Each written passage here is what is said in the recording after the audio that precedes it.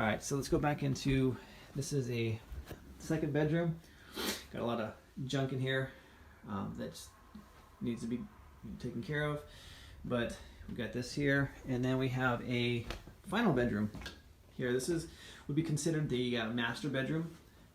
Got these nice little shelves here, closet, and then the bathroom. This bathroom, got this. Here's the crazy thing about this particular thing is there is no insert for the shower in the tub. There's plumbing for it right there, and it was originally plumbed, but it never was put in. Neither was a toilet. They put the toilet in later. For whatever reason, this house was built was never finished. So, but this is the master. And let me take you into outside, and let me show you the garage before I do that, though. So we have another wall unit right here with a thermostat. So there's two wall units, but no central heating, no central air. And you can see here's the garage. There's washer and dryer already here. Some shelving, some like a tool belt, a tool bench, some more storage here, a garage door, and a ladder, and some more storage, and pots and pans, things like that. You can see. So again, more storage here. It's like some food. But anyway, I wanted to give you that. Let me take you to the backyard here and show you the outside of the house. Alright, so here's the deck. Here, this deck has some metal support around it. And there's some hummingbird feeders. And here's the side of the house with a tool shed. And then there is a walkway that's kind of overgrown here, but there are some rocks here that give it a nice little path. You can see for the backyard. And then of course there's the backyard. There's a fruit tree. I don't know what this is. This might be grapefruit or oversized lemons. I really don't know. It's not my forte. But here's the house from the backyard perspective, and you can see you got some space here on the side, and then there's the swamp cooler up front, and you can see now the bedroom that has the roof issues right there. You can see this tree branch, how it is coming into the top right there. This is causing a little bit of the damage. It's not that big of a branch, but it's caused. Let me just do a commentary here on this property. So obviously I thought that branch had caused the damage in the bedroom. Not the case. The family that bought the house said, no, that roof is fine in the back. What it was is this woman was dying of cancer. So she had oxygen, she was in her bed, but she couldn't stop smoking. So she had an air conditioning unit in her bedroom. You guys saw it on the floor. So she would sit there all day long. It was too hot, and she would smoke. And that air conditioning unit was not properly used. It wasn't going out the window. It was just in the room. And so everything was just going straight up, molded the ceiling, and that's what brought the ceiling down. We found that out after the fact, after this family bought it, because fortunately I went to a family of roofers, and they went in there. They said that all of the trusses in that particular room were just sponges. They had to cut them out and put new ones on and everything. But yeah, bad situation. But so I didn't know that at the time. I'm like, oh, obviously it's the tree branches because they're on the roof, and that's where the leak is. And so just making it up as you go. Caused some kind of damage. Let me take you out and show you the front of the house now, and show you where that second kitchen leak is happening. So the yard is definitely has to be, hasn't been maintained. It's overgrown.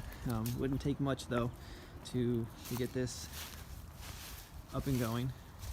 So you can see has a lot of potential, this house. A lot of potential. So it definitely needs a roof. I'll show you here. So the kitchen area is right there, and you can see that there's these vines that they had built that just wasn't a good idea how it went over into the kitchen. You can see there's a kitchen window there. It's completely covered up by these vines, and you can definitely see that there's a.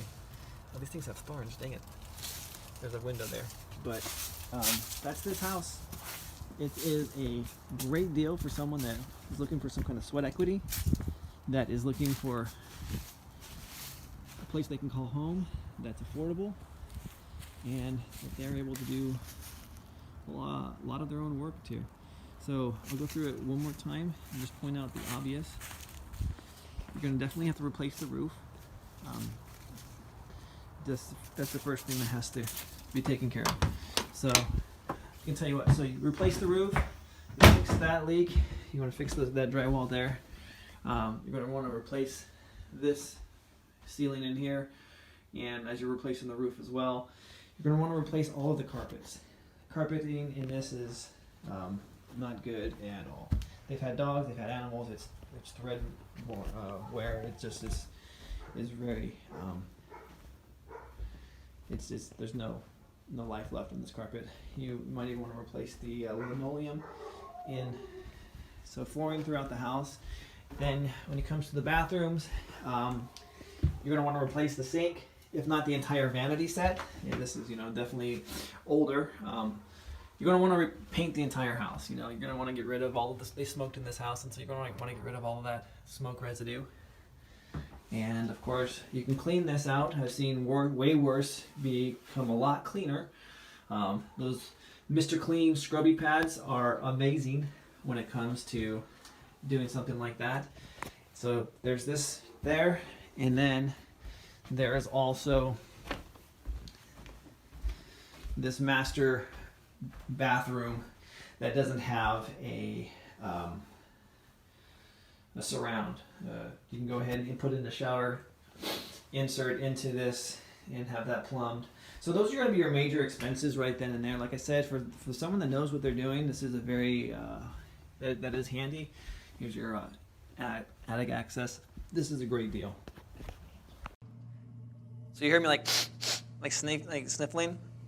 It was about 40 degrees that day. This is in December when I did this. No heat in the house. It was cold. Well, better than that than have that heat and that smell of the dogs. That's true. That's very true. So, any questions on the walkthrough? What are you guys seeing that is a takeaway for you? So I've looked at other wholesaler walkthroughs. And Yep. they were just short clips. I like that it's continuous because you can kind of get a really good feel for where everything's at. Okay. Yeah, you went through everything. You showed out some of the challenges of the house. So it gives somebody who really who hasn't toured the house, gives them a good broad base of what the house is like. Do you use that for your buyer? Which one do you want? This one? Yeah, I do. Okay. Yep, I definitely do it. So when I market the property, that's exactly what I show them. So let's go walk through.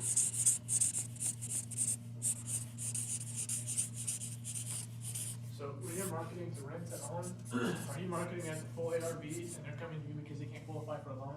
Or do you discount it because they're going to be doing rehab? I give them equity. Yep, we're going to talk about that. So entire house, what did you say? Point out the... You pointed out the deficiencies and issues. Point out problems. Anything else that you guys noticed? I noticed this time you did a second sort of walkthrough, like a recap. All the bad things. I like that. What needs to happen? What are they going to Like actually these- get into? These are your checklists. I discovered something after this, and we'll talk about it later, but I ended up getting too many phone calls to handle. And so what I started to do was reasons why you shouldn't buy this house. Let me tell you all the reasons why you shouldn't buy this house, guys. Cut down on my phone calls. The ones I actually called were serious, had cash in hand, could do the repairs. That's why I started toying with it on this one. But now all my videos, I straight up tell you, hey guys, this is why you should not buy this house. I don't want them to buy the house from me unless they actually know what they're getting into. I get tired of tire kickers. So you're going to want to cut down on that too. So yeah, point out problems. It's also shows some authenticity on your part.